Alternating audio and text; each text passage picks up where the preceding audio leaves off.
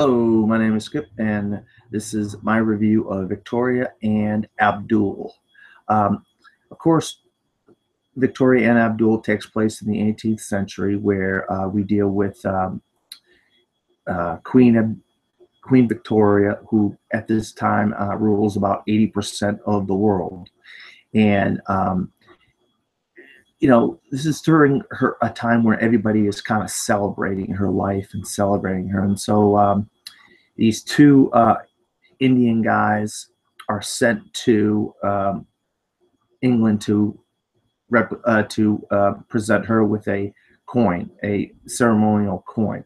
Now, Queen Victoria at this time is kind of at a point in her life where she's ready to basically die, and she has to be woken up by her servants and she has a whole entourage of people that deal with her every day: hairstylists, people that feed her, people that help her go to the bathroom, people help her change her clothes, people help her take a shower, people that help her do all these everyday normal things.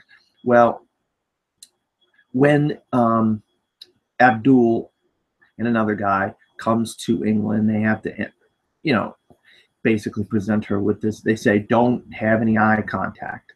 And of course, Abdul, he just can't help himself. He looks at her and she looks at him. And so she eventually starts getting him to do different other things. And he was supposed to leave and go back to India.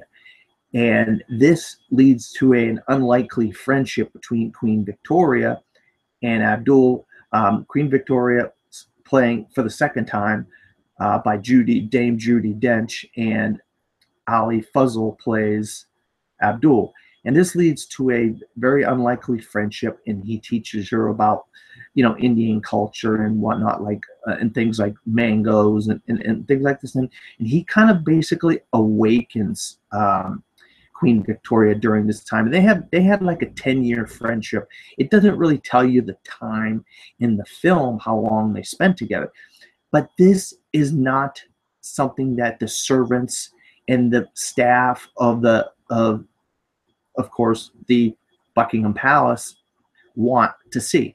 They deem people from India as basically lower than life. They think the Indian culture is a backwards culture. This is a third world country. What is she doing befriending this guy from India? And they don't realize how good of a relationship this is, and how much she needs this to awaken herself and then awaken her spirits and awaken herself because she was basically about to give up. And so the servants and her son, played by Eddie Izzard, are basically trying everything they can to get Abdul barred from England and away from the Queen. And of course, they eventually succeed, but it's also at the point where Queen is finally succumbed to her age and some of the things. She's a little overweight.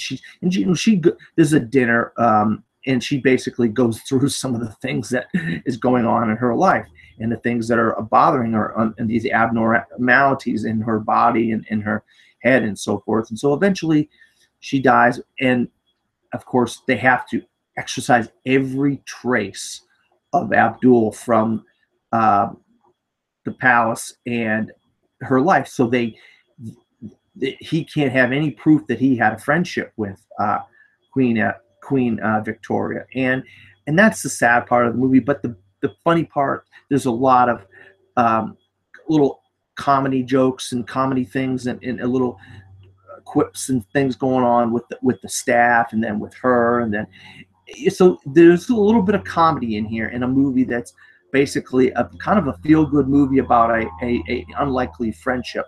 And I'll tell you what, Judi Dench, come to find out, she's basically blind and she can't see anymore, so she has to be read the lines from her daughter, and so she memorizes all the lines from this movie. And it's amazing, you could not tell that she was blind. I mean, you could not tell that she couldn't see at all. She was so good at memorizing these lines, and they came off so effortlessly and so easy.